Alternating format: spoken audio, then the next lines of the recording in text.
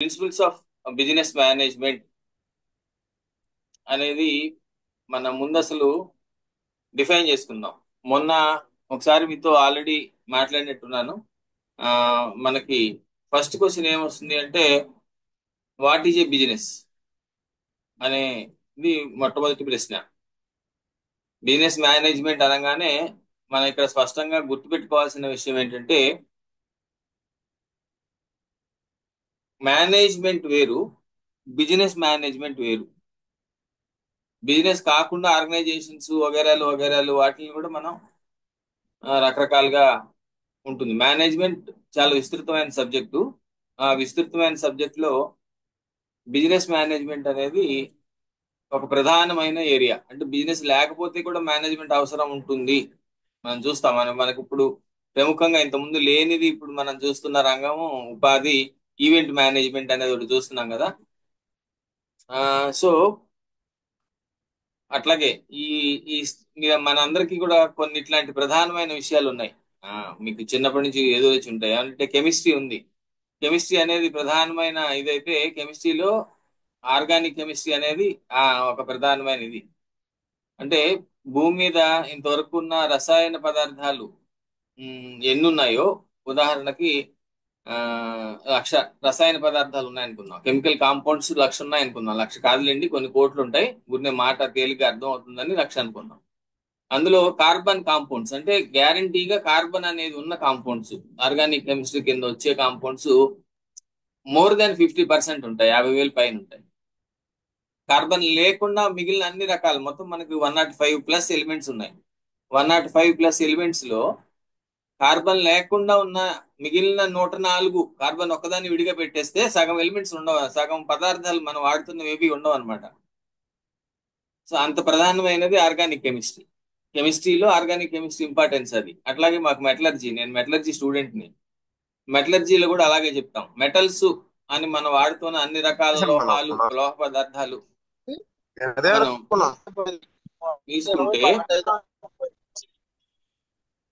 మనము మెటలర్జీని కూడా రెండు ప్రధానమైన పార్టులుగా డివైడ్ చేస్తారు అనమాట. Ferrous metallurgy and non ferrous metallurgy. అంటే ఇనుముతో ఉన్న రకరకాల స్టీల్ అంటే యాక్చువల్ గా ఇనుముతో కూడిందే. ఇనుము కాంబినేషన్ లో ఉన్న పదార్థాలు అన్ని మోర్ దాన్ 50% ఉంటాయి మనం వాడే మెటల్స్ లో. ఇనుము లేకుండా వాడే మిగిలిన అన్ని రకాల మెటల్స్ కలిపితే లెస్ దాన్ 50% ఉంటాయి. సో అట్లాగే మేనేజ్మెంట్ అనేది పెద్ద సబ్జెక్ట్ అనుకుంటే, సో మేనేజ్మెంట్ అనే పెద్ద సబ్జెక్టు ఓషన్ లో బిజినెస్ మేనేజ్మెంట్ అనేది మోర్ దాన్ 50% ఉంటుంది. కనుక మేనేజ్మెంట్ కి సంబంధించిన రూల్స్ మాట్లాడుకుంటే ఆ రూల్స్ చాలా బిజినెస్ కి డైరెక్ట్ గా అప్లై అవుతాయి. అంటే ఈ మేనేజ్మెంట్ రూల్స్ బిజినెస్ కాకుండా గవర్నమెంట్ ని మేనేజ్ చేయడానికి, మీ ఆర్గనైజేషన్ ని మేనేజ్ చేసుకోవడానికి, ఆ మాటకు వస్తే మీ ఫ్యామిలీని మేనేజ్ చేసుకునేందుకు కూడా ఉపయోగపడతాయి. కానీ వీటి యొక్క అవసరము, వీటి యొక్క ప్రభావము ఖచ్చితంగా బిజినెస్ లోనే ఎక్కువ ఉంటుంది. So what is business? Deepti గారు, వాట్ ఈస్ బిజినెస్?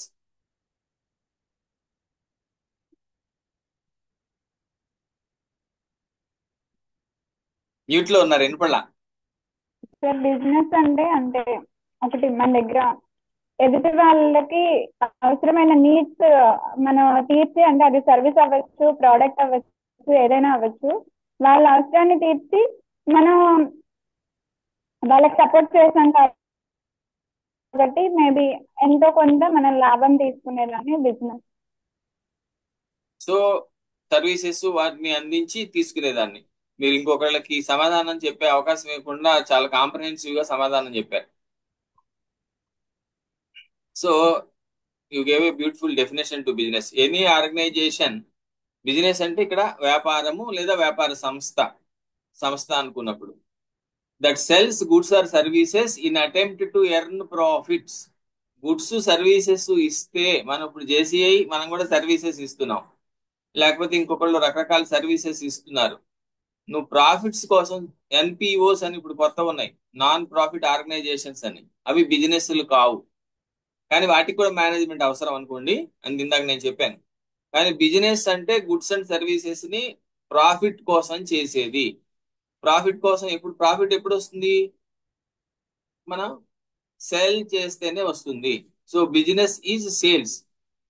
సింపుల్ గా చెప్పాలంటే బిజినెస్ ఈజ్ సేల్స్. దీని గురించి మొన్న బ్రహ్మాండమైన పెద్ద నేషనల్ లెవెల్ ట్రైనర్ గారు ఒకటే మాట చెప్పారు. ఎంబీఏ గింబీఏ ఇవన్నీ మీరు బిజినెస్ లో ఆర్గనైజేషన్స్ ఇవన్నీ చెప్పొద్దు మీరు. ఇఫ్ యూ ఎవడైనా ఇవేమీ లేకుండా సేల్స్ చేస్తున్నా, కస్టమర్ జేబులోంచి డబ్బులు నీ జేబులోకి వస్తున్నాయి అంటే బిజినెస్ కావాల్సిన వస్తువులన్నీ వాళ్ళ దగ్గర ఉన్నట్టే. రైట్? అంటే ఏంటి, మన వీధి చివర బజ్జీలు బండి వాడికి, పానీపూరి బండి వాడికి, ఆ, టిఫిన్ బండి వాడికి వాడు కూడా బిజినెస్ చేస్తున్నాడు. Is giving his product and services.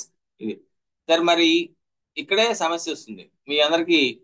ఆ, ప్రధానమైన ఇది ఒకటి గుర్తొచ్చి ఉంటుంది కదా. ఏమంటే ఒక ఊళ్ళో దాని పేరేమంటాము, ఒక అతను ఆ ఊళ్ళోకి వస్తున్నప్పుడు నాలాంటి ట్రైనర్ ఎవరో ఊళ్ళోకి వస్తే ఊరి చివర ఒక కుర్రాడు చెట్టు కింద పడుకుని రెస్ట్ తీసుకుంటున్నాడట. ఆ, ఏమైనా ఇలా ఖాళీగా కూర్చొని రెస్ట్ తీసుకుంటున్నాం అనండి. ఖాళీగా కూర్చోకుండా ఏం చేయాలి అంటే, ఖాళీగా కూర్చోకుండా ఏం చేయాలి అంటే బోర్డంత పని చేయొచ్చు కదా అన్నారు. పని చేసిన తర్వాత ఏం చేయాలి, డబ్బులు సంపాదించాలి. డబ్బులు సంపాదించినంత ఏం చేయాలి, దాన్ని పెట్టుబడిగా పెట్టి ఏదో వ్యాపారం అది చేయాలి. సో వ్యాపారం అది చేసి డబ్బులు సంపాదిస్తే ఏమవుతుంది, డబ్బులు సంపాదిస్తే నీకు ఆ, పెళ్ళి అవుతుంది, పిల్లలు వస్తారు, సమాజంలో గౌరవం వస్తుంది, అన్ని. సో ఏమవుతుంది ఏమవుతుంది ఏమవుతుంది క్వశ్చన్స్ వేసుకున్న తర్వాత చివరికి ఏమంటారు, అప్పుడు నువ్వు హాయిగా చక్కగా ఎంజాయ్ చేస్తూ రెస్ట్ తీసుకోవచ్చు అంటారు రిటైర్ అయిన తర్వాత. ఇప్పుడు నేను చేస్తున్న పని అదే కదా, దానికోసం ఇవన్నీ చేయాలా అన్నాడట ఆ కుర్రాడు. నిజమే కదా.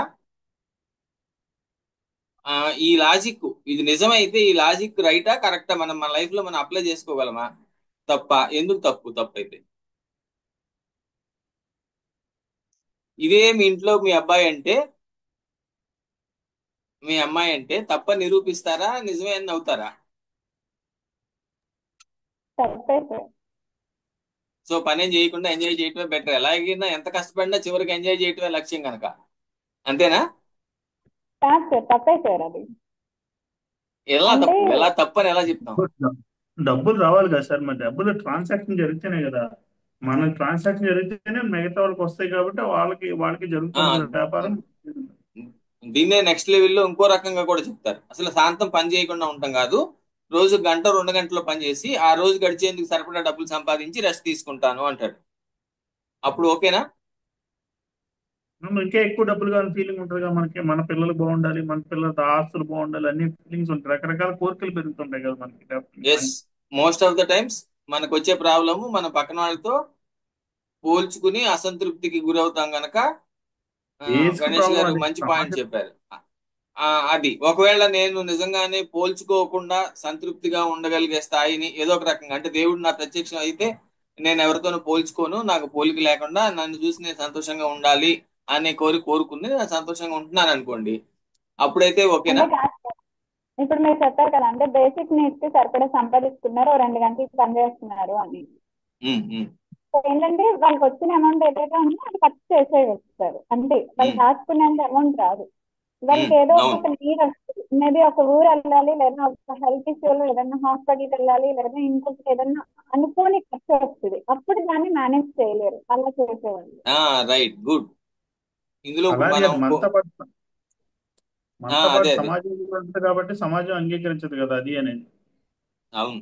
So these are the points. ఒకటి, ఫస్ట్ మనకి మనుషులం గనక ఎంత వద్దనుకున్నా పోలిక ఉంటుంది. పోలికని జయించియో లేకపోతే ఇంకొకటో సర్దుకునో ఏదో ఒకటి సర్దుబాటు చేసుకునో ఉన్నప్పటికీ ఎమర్జెన్సీ అవసరాలు ఉంటాయి, అనుకోని అవసరాలు ఉంటాయి, ముందు ముందు జీవితంలో ఖర్చులు ఎంత పెరుగుతాయో తెలియదు కనుక. నిజంగానే నీ జీవితాంతం నువ్వు ఎంజాయ్ చేస్తూ ఉండాలి అంటే ఒక ప్లాన్డ్ గా నువ్వు ఒక ఫైనాన్షియల్ రిస్క్ లేకుండా చూసుకోవాలి, దానికి కావాల్సిన ఎర్నింగ్ చేయాలి అనేది పాయింట్. అది మనం చేయగలగాలి. సో అంటే డెఫినెట్ గా ఈ క్వశ్చన్ మనం ఏదో ఒక రకంగా ఏదో డైరెక్ట్లీ ఆర్ ఇండైరెక్ట్లీ మన పిల్లలకి, మన ఎంప్లాయీస్ కి కూడా, ఎందుకు ఇంత కష్టపడి పని చేయాలి అనుకుంటారు చాలా మంది ఎంప్లాయీస్, వాళ్ళకి దీన్ని మనం ఆన్సర్ చేయాల్సిన పరిస్థితి వస్తుంది. అందుకని నేను దీన్ని ఇక్కడ మీతో డిస్కస్ చేశాను. భవిష్యత్తులో ఇవాళ నీకు నిజంగానే హ్యాపీగా ఉండాలా, ఇలా ఉంటే చాలు, తిని పడుకుంటే చాలు అనిపించవచ్చు. కానీ రేపొద్దున ఇంకేదైనా అవసరం కోసం నీకు డబ్బులు కావాలనిపిస్తే అప్పుడు ఎక్కడి నుంచి వస్తాయి, ఎవరిస్తారు? ఇవన్నీ చాలా విషయాలు ఉంటాయి. టు బి ఫ్రాంక్, ఓపెన్ గా మాట్లాడుకుంటే, మనం డబ్బులు సంపాదించకపోతే, అంటే ఖరీదైన బహుమతి ఇవ్వకపోతే, ఖరీదైన స్కూల్లో చేర్చకపోతే, ఖరీదైన బట్టలు కొనకపోతే, మన పిల్లలు మన మాట ఎంతవరకు వింటారు అనే దాన్ని కూడా మనం కొంత, వాళ్ళు కోరుకున్న కోరిక మనం తీర్చకపోతే, ఇంకో కొంచెం ప్రశ్నార్థకమైన విషయం. కొంచెం ఇలాంటి కష్టమైన విషయాలు మాట్లాడుకోవటం ఇబ్బంది అయినప్పటికీ అది మనసులో గుర్తుపెట్టుకోవాల్సిన విషయం. So business is sales. So ఇప్పుడు కూడా మనం ఇందాక చెప్పుకుంటున్నాం, సేల్స్ చేసినంత మాత్రాన దాని వెనకాల ప్రిన్సిపల్స్ తెలుసుకోకపోతే, ఒరిజినల్ తెలుసుకోకపోతే నీకు ఏ రోజుకి ఆ రోజు గడుస్తుంది. కానీ కోవిడ్ ప్రాబ్లమో, ఇంకో ప్రాబ్లమో, ఎవరన్నా కాంపిటీటర్ రావటమో, జనాల టేస్ట్ మారటమో, ఇతరితర అనుకోని టర్న్అవుట్స్, ని హ్యాండిల్ నీ చేయలేనివి, నీ చేతుల్లో ఉన్న ప్రాబ్లమ్స్ నీ దగ్గరికి వచ్చినప్పుడు అప్పుడు బిజినెస్ నిలబడదు. చాలా మంది బిజినెస్ ఓనర్లు మామూలుగా బిజినెస్ చేస్తూ వాళ్ళు సక్సెస్ అయ్యి బిజినెస్ లాంగ్ రన్ చేయలేకపోవడానికి గల కారణము వాళ్ళకి బిజినెస్ బేసిక్స్ మీద అవగాహన లేకుండా, జస్ట్ బిజినెస్ అంటే అమ్మటమే కదా, నేను ఇవాళ అమ్మగలుగుతున్నాను కదా, డబ్బులు నాకు వస్తున్నాయి కదా అనుకుని చేయటమే. So that is my point. If you want to business ని, మీరు స్టార్ట్ చేసిన 20 ఏళ్లకో, 25 ఏళ్లకో, 30 ఏళ్లకో ఎప్పుడైనా స్టార్ట్ చేసిన బిజినెస్ మీరు బతుకున్నంత కాలం, కనీసం మీ నెక్స్ట్ జనరేషన్ దాన్ని కంటిన్యూ చేస్తుందా లేదా అనేది వేరే విషయం. మీరు బతుకున్నంత కాలం మీ బిజినెస్ ని మీరు హ్యాపీగా, మీరు ఎప్పుడు రిటైర్ అవ్వదలుచుకున్నారో మీ ఇష్టం. మీరు రిటైర్ అవుదాం అనుకున్నంత వరకు బలవంతంగా బిజినెస్ నుంచి మీరు బయటికి నెట్టివేయబడకుండా, తోసివేయబడకుండా మీరు బిజినెస్ లో కొనసాగాలి అంటే బిజినెస్ కి సంబంధించిన ప్రిన్సిపల్స్, బేసిక్స్ తెలుసుకోవాలి అనేది ఇక్కడ point. So what is management? ఇప్పుడు ఇక్కడ మనం బిజినెస్ మేనేజ్మెంట్ గురించి మాట్లాడుతున్నప్పుడు బిజినెస్ అంటే సేల్స్ అనుకున్నాం. మరి మేనేజ్మెంట్ అంటే ఏంటి? మేనేజ్మెంట్ అంటే ఏంటి? ఇది కూడా దీప్తి గారే చెప్తారా, బాలకృష్ణ గారు చెప్తారా? ఎంబీఏ ఉన్నారు ఇక్కడ, master in business administration. Administration వేరు, మేనేజ్మెంట్ వేరు. మళ్ళీ నిజానికి మన కృష్ణారెడ్డి గారు ఉన్నారు సార్. What is management? ఈ దురదృష్టం ఏంటంటే, మేనేజింగ్ మనకి మేనేజ్ చేయడం అనే పదాన్ని మనం చాలా చెడ్డర్థంలో వాడుతున్నాం. వాడు ఎలాగోలాగా మేనేజ్ చేశాను, వాడు మేనేజ్ చేసాడురా బాబు అని, మేనేజ్ చేస్తే గానీ పని అవ్వదు అని మనం వాడుతున్నాం. సార్ కృష్ణారెడ్డి గారు ప్లీజ్. మేనేజింగ్ అంటే only like time, money and energy, what ever the మనకుండే ఇవన్నీ హౌ బెస్ట్ యూటిలైజ్ చేస్తాం అనేదాన్ని ఇట్ ఈస్ కాల్డ్ మేనేజ్మెంట్ అని అంటాను. సో మన రిసోర్సెస్ ని మనం బెస్ట్ గా ఎట్లా యూటిలైజ్ చేస్తాము అనేది మేనేజ్మెంట్ అంటారు. So true management is true the science and art of getting the things done through the people. ఈ రెండు పాయింట్లు ఉన్నాయండి, గుర్తుపెట్టుకోండి. మనకి టైం తక్కువ ఉన్నది, ఎక్కువసేపు తీసుకోకూడదని నేను ఇంకా ఎక్కువ మందితో మాట్లాడించకుండా చేస్తున్నాను. రెండు పాయింట్లు అండర్లైన్ చేసుకోండి. Management is handling the people. నీ అంతన నువ్వు పని చేసుకుంటే నువ్వు పని చేయగలిగిన వాడు అవుతావు. నీ కింద వర్కర్స్ తో నువ్వు పని చేయించడం management. Management is the science and art. Science అని ఎందుకన్నాము, ఆర్ట్ అని ఎందుకన్నాము? ఎవరైనా చెప్తారా? What is the difference between science and art?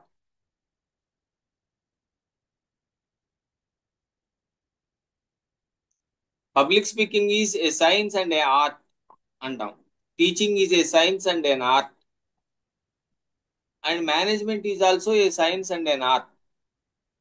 Science అంటే ఐ థింక్ అంటే బేసిక్ నీడ్స్ ఖచ్చితంగా ఇది ఒక పద్ధతి, ఇది ఏదైతే తెలియాలి అనేది మేబీ సైన్స్. ఆర్ట్ అంటే మన మన బిజినెస్ లో ఇంతకు మించి అంటే పూర్వకాలంలో మన పెద్దవాళ్ళు లేదా ఆల్రెడీ ఈ బిజినెస్ లో చేసే వాళ్ళే కాకుండా దీన్ని ఇంకెంత డిఫరెంట్ గా చేయొచ్చు, తక్కువ శ్రమతో ఇంకా ఎక్కువగా ఎలా చేయొచ్చు. బాగానే చెప్పారండి. But there is a subtle difference, particularly art విషయంలో మీరు చెప్పింది. సైన్స్ అంటే ఏమి అంటే, ఎవరైనా దాన్ని కొన్ని ప్రిన్సిపల్స్ పాటించితే, సైన్స్ అంటే ఏంటి అంటే, ఇగో ఏ తర్వాత బి, బి తర్వాత సి, సి తర్వాత డి అని స్టెప్పుల వారీగా కరెక్ట్ గా మీరు ఆ పని చేస్తే ఆ రిజల్ట్ వస్తుంది. ఆ పని చేసింది సుబ్బారావా, అశోక, ప్రవీణ, కృష్ణారెడ్డి గారా అని కాదు. ఇదిగో ఇంతే ఫార్ములా, నువ్వు ఇలా చేస్తే 1 2 3 4 ఈ స్టెప్స్ కరెక్ట్ గా ఫాలో అయితే రిజల్ట్స్ గ్యారంటీగా వస్తుందని మీరు చెప్పగలిగితే అది సైన్స్. సో పబ్లిక్ స్పీకింగ్ కూడా అలా నేర్పచ్చు, మనం అనుకున్నాం. టీచింగ్ కూడా అలా నేర్పచ్చు. ఇందాక మేనేజ్మెంట్ కూడా అలా నేర్పచ్చు. ఎవరైనా సరే ఒక సిస్టమ్ కరెక్ట్ గా ఫాలో అయ్యి చేస్తే ఆ రిజల్ట్ వస్తుంది అని చెప్పటం. It is science. మరి ఆర్ట్ అంటే ఏంటి? ఆర్ట్ అంటే ఏంటి అంటే ఇందాక చెప్పాం, సైన్స్ లాగా నేర్పితే మీరు మనిషి బొమ్మ గీయచ్చు. ఇగో ఇక్కడ కళ్ళు ఉంటాయి, ఇక్కడ ముక్కు ఉంటుంది, ఇక్కడ చెవి ఉంటుంది, మనిషి బొమ్మ వస్తుంది. సో అందరూ మనిషి బొమ్మ గీస్తారు, దాన్ని చూడంగానే అందరినీ మనిషి అని గుర్తుపడతాం. కానీ కొన్ని మనిషి బొమ్మలు అందంగా లైవ్లీగా కనపడతాయి, కొన్ని మనిషి బొమ్మలు అందంగా లైవ్లీగా కనపడవు. అంటే ప్రతి బొమ్మలో ఆ చిత్రకారుడి యొక్క యూనిక్ స్టైల్ ఉంటుంది. అది అది బాగుండొచ్చు, బాగుండకపోవచ్చు. సో ప్రతి వక్త తనకి యూనిక్ స్టైల్ ఉంటుంది. అది మీకు నచ్చచ్చు, నచ్చకపోవచ్చు. ఇట్లాగా నీ యూనిక్ స్టైల్ తో దానికి కొత్త అందం ఇవ్వగలిగింది. నాకు మీరు చెప్పారు, దీప్తి గారు చెప్పారు ఏమని, దాన్ని మిగిలిన వాళ్ళకన్నా నీ ఓన్ చేసుకుని దానికి ఒక కొత్త అందం ఇవ్వగలిగి ఆ అందం ద్వారా నువ్వు ఇతరులను మెప్పించగలిగే పరిస్థితి వస్తే, అందం అంటే ఏం లేదండి, ఇతరులను ఆకట్టుకుని ఆహా అనిపించగలిగితే అది అందం. అందం అంటే కంటికి కనిపించేది కాదు, చెవులకు వినిపించేది కూడా అందం, మనసుకి తోచేది అందం. అంటే అవతల వాళ్ళల్లో రసస్ఫూర్తి కలగజేసేది ఉంటే అది అందం. Beauty is a thing of Joy for ever అని చెప్తున్నాం. అంటే అందము అంటే అవతల వాళ్ళ మనసులో ఒక ఆనందకరమైన భావాన్ని కలిగింపజేసేది అందం. సో అట్లా చేయగలిగితే అది ఆర్ట్. సో మేనేజ్మెంట్ లో నువ్వు అవతల వాళ్ళతో పని చేసుకుని వాళ్ళని సంతోషపెట్టే అవకాశం ఉందట. చూడండి, management is the science and art of getting things done through the people. కావాలంటే రాసుకోండి ఇక్కడ. ఎందుకంటే మేనేజ్మెంట్ మనందరం చేస్తున్నాం, ఏదో ఒక రకంగా మేనేజ్ చేస్తున్నాం. కానీ దాన్ని సైన్స్ లాగాను ఆర్ట్ లాగాను మనం చేయగలుగుతున్నాం. ఆ ఆర్ట్ అనే మాటను మనం బోల్డ్ లెటర్ లో పెట్టుకుని గుర్తు పెట్టుకుంటే then you will try to do it. చూడండి, మనం బొమ్మ వేసామనుకోండి, మనకు తెలియకుండానే దాన్ని అందంగా వేసేద్దామని ట్రై చేస్తాం కదా. ఎందుకని? Because this is an art. మనం డాన్స్ చేస్తున్నాం అనుకోండి, డాన్స్ అందంగా చేస్తామని ట్రై చేస్తాం కదా. మాట్లాడుతున్నాం అనుకోండి, మాటలు కూడా సాధ్యమైనంత అందులో వేదిక ఎక్కి మైక్ మీద మాట్లాడుతుంటే, when it comes to public speaking అందంగా మాట్లాడదామని ట్రై చేస్తాం కదా, అవతల వాళ్ళని ఆకట్టుకునేలాగా చేద్దామని ట్రై చేస్తాం కదా. అందుకోసమనే మేనేజ్మెంట్ అనేది ఒక ఆర్ట్ అని గుర్తుపెట్టుకోండి. If you believe that management is an art, then you will try to do it amicably, pleasing the people. That is my point. Thank you. So management is the principal organ of any business. ఒక business లో అన్నిటికన్నా first ఉండవలసింది management. I mean principal organ అంటే శరీరంలో తలని ప్రధాన అంగము అంటారు. అంటే తల లేకపోతే శరీరానికి విలువ లేదు. మిగిలినవన్నీ కాళ్ళు చేతులు చూడండి, తలలో కనపడని మెదడు ఒకటే ఉంటుంది. ఇది శరీరాన్ని ఫిజికల్ గా చూద్దాం, పని చేయటం మాట దేవుడు. ఒక మీరు మనిషి బొమ్మ గీశారనుకోండి, మనిషి బొమ్మ గీస్తే కూడా తలకాయ ఉంటేనే దాని అందం. కాళ్ళు చేతులు అవన్నీ ఎంత అందంగా గీసినా కదా.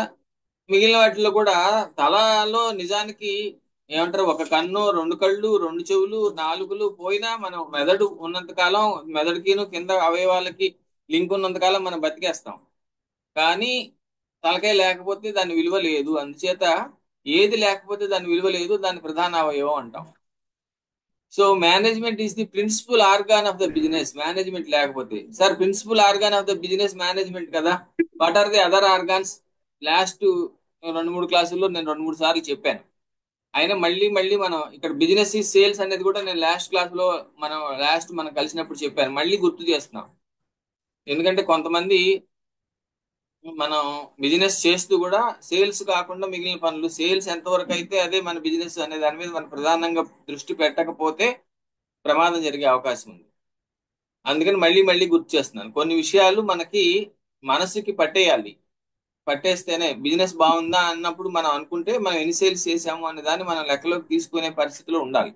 సో ఇక్కడ కూడా management is the principal organ of the business. So business లో ఉన్న ఆర్గాన్స్ ఎవరన్నా చెప్తారా? సేల్స్ ప్రధానమైనది కదా, సేల్స్ లేకపోతే బిజినెస్ లేదు కదా. సో సేల్స్ ఉండాలంటే ఏమి ఉండాలి? ముందు మార్కెటింగ్ ఉండాలి. నీ దగ్గర వస్తువు ఉందని ఇతరులకు తెలియాలి. So that is the first organ of the business. Business start చేయాలి అంటే ఫస్ట్ మార్కెటింగ్ ఉండాలి. కొట్టు తెరవడానికి ముందు బోర్డు పెట్టాలి, కొబ్బరికాయ కొట్టాలి, ఊళ్ళో వాళ్ళని పిలవాలి. ఇవన్నీ చిన్న ఊళ్ళో కిరాణా కొట్టైన బడ్డీ అయినా చేసినప్పుడు చేయాల్సింది. That is marketing. నువ్వు ఏం చేసిన పని అయినా దాన్ని నిజంగానే బోర్డు పెడతావా, అక్షరాలు రాస్తావా అని కాదు. సో మార్కెటింగ్ తర్వాతే సేల్స్ జరుగుతుంది. సార్ సేల్స్ అంటే ఏదో ఒకటి అమ్మాలి కదా సార్ అంటే ఆపరేషన్స్ ఉండాలి. ఆపరేషన్స్ ఆ వస్తువు నువ్వు తయారు చేస్తావా, లేదా ఎక్కడి నుంచైనా కొనుక్కొచ్చి చేయి మార్చి అమ్ముతావా, ఏదన్నా చెయ్యి. నువ్వు సర్వీస్ ఇస్తావా, నువ్వు దానికి కావాల్సిన ఆపరేషన్స్ ఉండాలి. ఈ మూడు మనకు బయటికి కనపడేవి. మీకు బిజినెస్ లో మూడు కనపడతాయి. ఒకసారి మార్కెటింగ్ కనపడదు, మనకి ఏం కనపడుతుంది, ఆపరేషన్స్ అండ్ సేల్సే కనపడతాయి. అంటే ఏదో సర్వీసో ఏదో. కానీ ఈ మూడు ఉండాలి అంటే డబ్బులు ఉండాలి కదా. బయటికి కనపడింది డబ్బులు, బయటికి కనపడిన నాలుగో సింహమే డబ్బులు అన్నమాట. ఫైనాన్సెస్, డబ్బులు రావటం పోవటం, క్యాష్ ఫ్లో. సో అందుకని ఇందాక నేను చెప్పాను, management is the principal organ of the business అని ఎట్లా అనుకుంటామో, cash flow is the oxygen supply of business. Cash flow సరిగ్గా లేకపోతే బిజినెస్ ఊపిరాడదు. Cash flow is the oxygen supply of the business. And legal compliances ఇవన్నీ చేయాలి అంటే లోకల్లో నాన్ లోకల్లో ఏదో ఒకటి, ఏదో ఒక రకమైన నువ్వు పర్మిషన్స్ తీసుకోవాలి, రిపోర్ట్లు ఇవ్వాలి, ట్యాక్స్ చేయాలి, ఇవన్నీ చేయాలి. అది లేకపోతే చేయలేము. ఇప్పుడు గణేష్ గారు అమ్మాలంటే ఏపీ రేరా పర్మిషన్ తీసుకోవాలి, సిఆర్డిఏ పర్మిషన్ తీసుకోవాలి, ఇవన్నీ ఉంటాయి కదా. ఈ పర్మిషన్స్ అన్ని నీకు నీ ప్రాజెక్ట్ కి సర్వీస్ కి, డాక్టర్ కావాలంటే లైసెన్స్ కావాలి, ఇంకో దానికి ట్రేడ్ లైసెన్స్ కావాలి, వాట్ ఎవర్ ఇట్ ఈస్. ఇవి లేకపోతే సమాజంలో బిజినెస్ చేయటం కుదరదు. సో అవన్నీ ఆ గవర్నమెంట్ కి నీకు మధ్యలో ఉన్న రిలేషన్స్ ఏమైతే ఉన్నాయో అవన్నీ లీగల్ కంప్లైన్సెస్. ఇది బయటకు కనపడవు. బయటకు కనపడవు కనుక ఒక్కోసారి మనకి లైసెన్స్లు ఉన్నవాళ్ళు లేని వాళ్ళు కూడా బిజినెస్ చేసేస్తూ ఉంటారు. దీనివల్ల ప్రాబ్లం వస్తుంది. అండ్ హ్యూమన్ రిసోర్సెస్ ఇవన్నీ నడపాలంటే పైన ఐదింటికి మనుషులు కావాలి. సో అది ఒక మనిషి 5 పనులు చేస్తాడా, ఐదుగురు మనుషులు చేస్తారా, 50 మంది మనుషులు చేస్తారా, 5,000 మంది చేస్తారా, that is a different issue. కానీ మనుషులు, ఇక్కడ మనుషులు అనే దాన్ని ఇక్కడ ఊరికినే పెడుతున్నామండి. వీటన్నింటినీ మేనేజ్మెంట్ లోకి వస్తుంది. అంటే మార్కెటింగ్ ని మేనేజ్ చేయాలి, సేల్స్ ని మేనేజ్ చేయాలి, ఆపరేషన్స్ ని మేనేజ్ చేయాలి, ఫైనాన్స్ ని మేనేజ్ చేయాలి, లీగల్ కంప్లైన్స్ ని మేనేజ్ చేయాలి, హ్యూమన్ రిసోర్సెస్ ని మేనేజ్ చేయాలి. ఇవన్నిటిని మేనేజ్ చేయాలి, అది మేనేజ్మెంట్. కనుకనే పైన ఆరిటిని మేనేజ్ చేయాలి కనుక management is the main area of the business. Marketing టైంకి జరుగుతుందా లేదా, మార్కెటింగ్ ఇప్పుడు బోర్డులు పెట్టాలి, సింపుల్, చాలా సింపుల్ విషయం. మార్కెటింగ్ అంటే 4 చోట్ల మన బోర్డులు పెట్టాలి అనుకున్నాం. ఆ 4 చోట్ల ఎక్కడ పెట్టాలి, ఎంత సైజుతో పెట్టాలి, ఏ బోర్డు వెనకాల ఏ బోర్డు ముందు పెట్టాలి, ఎవరు డిసైడ్ చేస్తారు, మేనేజర్ డిసైడ్ చేస్తాడు with the help of marketing team. ఎవరు ఇంప్లిమెంట్ చేస్తారు, మేనేజర్ ఇంప్లిమెంట్ చేస్తాడు, మేనేజ్మెంట్. సో అట్లాగే మిగిలినవన్నీ కూడా. సో మనకి సో మేనేజ్మెంట్ కి సంబంధించిన వాట్ ఆర్ ద ప్రిన్సిపల్స్. ఇప్పుడు మళ్ళీ ప్రిన్సిపల్స్, ప్రిన్సిపల్స్ అంటే ఏంటి, ప్రిన్సిపల్స్ లేవండి వాడికి, నేను చాలా ప్రిన్సిపల్డ్ మ్యాన్ అండి అనే మాట మనం చాలాసార్లు వినుంటాం కదా. ఎడ్యుకేటెడ్ పీపుల్ కి ప్రిన్సిపల్ అనే మాట అంటే చాలా ఇష్టం. స్కూల్లో ఉన్నప్పుడు, కాలేజీలో ఉన్నప్పుడు ప్రిన్సిపాల్ అంటే అసలు పడదు, అది వేరే విషయం. ప్రిన్సిపాల్ అంటే ప్రిన్సిపల్స్ మెయింటైన్ చేసేవాళ్ళు అనుకోవాలా, కాదండి, ప్రధానమైన వాడు, మెయిన్ అని అర్థం. ఇక్కడ ప్రిన్సిపల్స్ అంటే ప్రధానమైనవి అని అర్థమేనా. వాట్ ఆర్ ప్రిన్సిపల్స్, మీరు ఏమనుకుంటున్నారు ప్రిన్సిపల్స్ అంటే. ప్రిన్సిపల్స్ అనే మాట నేను మీకు కొత్తగా పరిచయం చేయట్లేదు, మీకు బాగా చిన్నప్పటి నుంచి పరిచయమైన మాటల్లో ప్రిన్సిపల్స్ కూడా ఒకటి కదా. ఎవరైనా చెప్తారా, మరి రామారావు గారు చెప్పేంత ఖాళీగా ఉన్నారా.